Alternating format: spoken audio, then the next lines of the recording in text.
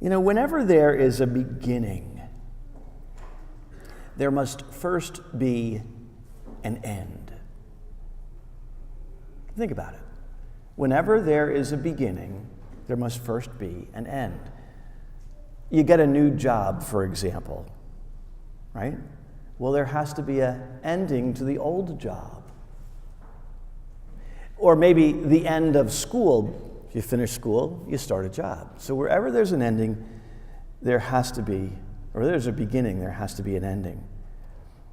We ended the season of Easter a couple weeks ago, and so it's time for a new beginning. I bet you couldn't guess that was going to be the theme of this message. In fact, the theme of this new message series, which I'll be preaching over the course of the next 2 weeks, just for 3 weeks, it's a short little series about new beginnings. But before we can have a beginning, we have to have an end. And that's how life is. Think about it, at this time of the year, high school students and college students are coming to the end of that aspect of their educational career, right? The end of high school for the seniors, the end of college usually it's seniors in college, but sometimes it takes them a little bit more than 4 years, I understand, to go through college these days. And how do they end their college career? What do we call that ceremony where they end? Commencement, right? Graduation, but it's commencement, right? The commencement exercises. The commencement is the beginning. Well, in order for that beginning to happen, there has to be an end. Beginnings have to have an end. Look at the gospel, and where does it begin? How does it begin? Jesus journeyed to a city called Nain, and as he drew near to the gate of the city, a man who had died was being carried out. The story begins long before Jesus gets to the city. It begins when the man dies. The end, really, when you think about it, because don't we see oftentimes and view death as the end? Yeah. The story continues that he was the only son of his mother, and she was a widow. A large crowd from the city was with her. Details. Why does Luke put these details? Because you might not think anything of them, that this was an only son and that she was a widow. Why does he say this? In fact, they're very important details, because this woman who has no husband, this woman now has no son. She is now completely alone. In fact, not only is she alone, but she has no means of support. In fact, in her culture, in that society, as a widow, she would be an outcast. Really. So this is a real powerful ending for her, an experience of an end that is an extreme problem. How will she survive? What will she do going forward? And then the presence of the crowd that's with her from the city indicates that they understand the great sadness of this time. Not only that she has lost her son, but also that it is the end for her as well. How sad this moment. I was thinking about that word sadness, and think about it as an emotion that probably all of us never actively seek. How many of us like being sad? Do you go out seeking ways to be sad? Anybody? No, of course not. We never seek out sadness, and yet it's a reality of our lives. It's a kind of feeling that describes a weariness about life, doesn't it? You think about being sad, and there's just this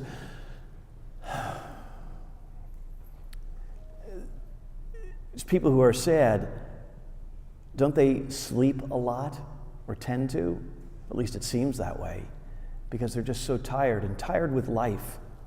Sadness. In fact, the word sad comes from an Old English word that means weary. Yeah, an Old English word that means weary. Sad, the root of the word sad means weary. We're tired. We're weary. We're sad when something comes to an end, when someone comes to an end. There's another word that has the same root as sadness, This is another word. I'm going to tell you what the word is in just a moment. But before I do, let me ask you this. Would you agree that another way to express sadness is to say, I've just had enough. I just can't do anymore. I can't take it anymore. Yeah? Would you agree with that? Yeah? When's another time that you might say that? How about at the end of a big meal? And think about it. At the end of a big meal, you just say, I can't have any more. I've had enough. Right? And then at the end of a big meal, after saying, I've had enough, don't you just want to go sit in a chair in the living room and prop your feet up and take a nap? Because you're weary after the big meal. Right? You know what the word is? Satisfied. It has the same root. The word satisfied has the same root as sad. It means essentially the same thing. So when Jesus encounters this woman, he's moved with pity. He feels the sadness, and yet he says to her, do not weep. It's as if Jesus is saying to her, there's no need for you to be sad. Be satisfied. Be satisfied. Didn't we hear that word last week? Didn't we hear that word last week when the Feast of Corpus Christi, when Jesus gave the food to the people to eat and they were satisfied? They were satisfied because Jesus does that. He gives us what we need in difficult times so that we can be satisfied, so that we don't have to weep. Sadness always comes at difficult times, and it prevents us from seeing beyond that end. Doesn't it? When you're feeling sad, you can't see beyond the sadness. But when you're satisfied, weary, tired, can't take it anymore, because you're satisfied, you know that there is something more to come. You know intuitively that tomorrow's another day and I can make it through this. There'll be more to come and I'll enjoy it.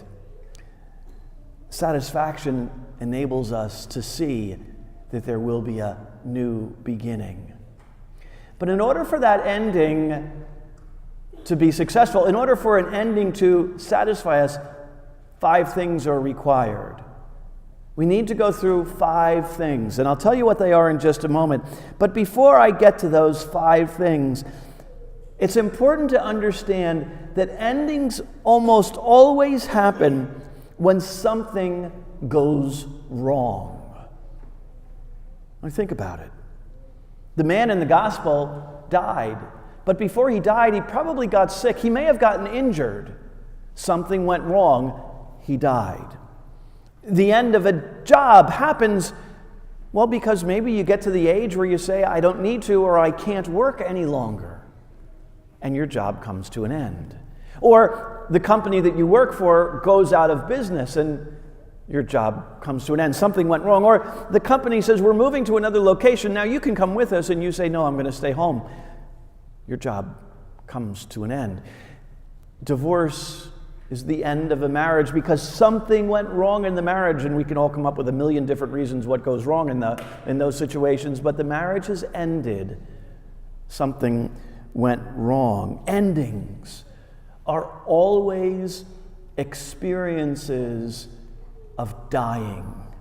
And we believe death is the end of us. And so we avoid it at all costs. But look what Jesus says in John's Gospel. Amen, amen, I say to you, unless a grain of wheat falls to the ground and dies, it remains just a grain of wheat. But if it dies, it produces much fruit. How can an ending be successful? How can you have satisfaction in an end? Well, you need 5 things. And maybe the best way for me to tell you what those 5 things is to tell you a story. We all like stories. I tell you my story. January, February, around that time of 2011. January, February 2011. It's about 5.5 years ago. I was the president of Holy Name High School in Reading. I loved my job. I loved what I did. I got up in the morning and I so looked forward to going to school. I went to school almost every day with a smile on my face, even on difficult days, because I loved my job. I loved the people I worked with. I had a great staff. I loved the kids, even the ones that drove me crazy. I loved it. I came to the realization in January, February that year that my job was going to come to an end, that come June I would no longer be the president of Holy Name High School. The close of the school year, my job would be going away and I would be transferred to a new assignment. I had to, in fact, I was forced to begin the process then of disengagement. That's the first thing required, to disengage, to say goodbye, because I wouldn't be seeing those people again come June. It's a difficult time in my life, because that whole experience as the president of the high school gave meaning to my life, meaning as a person, but also meaning as a priest that I had never had before. I would no longer be able to identify myself as the president of Holy Name High School. That's the second thing, that disidentification. No longer am I in that role. I have to change my identity, become something different in a sense. But not only was I losing my job as the president, at the same time, I was losing the identity that I had with Holy Name High School, because not only was my job going away because I would be transferred, but my job was going away, my school was going away. The school that I graduated from 30 years earlier, where I had been a student, would be closing at the end of June, at the end of that school year. That disidentification process really hit hard. I have to admit, very hurt and angry over the whole situation. I had no control over what was going on in my life at that time. Everything was happening around me, and I just kind of stood there wondering, what is happening? I couldn't believe it, and what made it even more difficult was that, I was a professional educator. I was good at my job. Not only did I love it, I was good at it. I was a good educator. I did a good job. I knew what I was doing. I could run that school blindfolded. And no one asked me what I thought about what a new school would look like, or how we could make the new school even better. I was hurt. I was really angry. I was told, just close the school with dignity. You want to talk about disenchantment? That's the third thing. In the midst of all of that, I had to pack. I had to pack my office at the school. I had to collect all the things that I had managed to scatter all over the school that belonged to me, and figure out what was I going to do with it all. I had to dismantle, that's the fourth thing, everything that I had built up. I had to pack up where I lived, what I called home for those 4 years. Dismantle everything that I had put together. And then the worst of it would be that because the school was going to be closing, all the work that I had done would be for naught, because it would all go away. Talk about being dismantled. And then on June 10th of 2011, after being ordained 24 years a priest, I walked out of Holy Name High School for the last time wondering, what the heck just happened to me? What was I going to do? Where would I go? Because at that time I had not been given a new assignment. I had been given permission to take a sabbatical, which I truly desperately needed, and I'll talk about that some more next week, because that's really the next part of this New Beginnings process. But at that moment, I was completely disoriented. That's the fifth thing. Where do I go? What do I do? What's going to happen to me? Because for the next 7 months, I had no place that I could call home. I had no place to lay my head, as it were, because I would be, for the next 7 months, basically living out of a suitcase. Endings are difficult. I went to the bishop residence. He invited me to his residence for lunch late in May of that year and before school closed to just kind of console me a little bit, because he knew how difficult it was for me. You know, he had made the decision to do all of this and wanted to reassure me to the best of his ability. But I said to him, you know, Bishop, it feels like I have been crucified. All for doing a good job. Endings are difficult.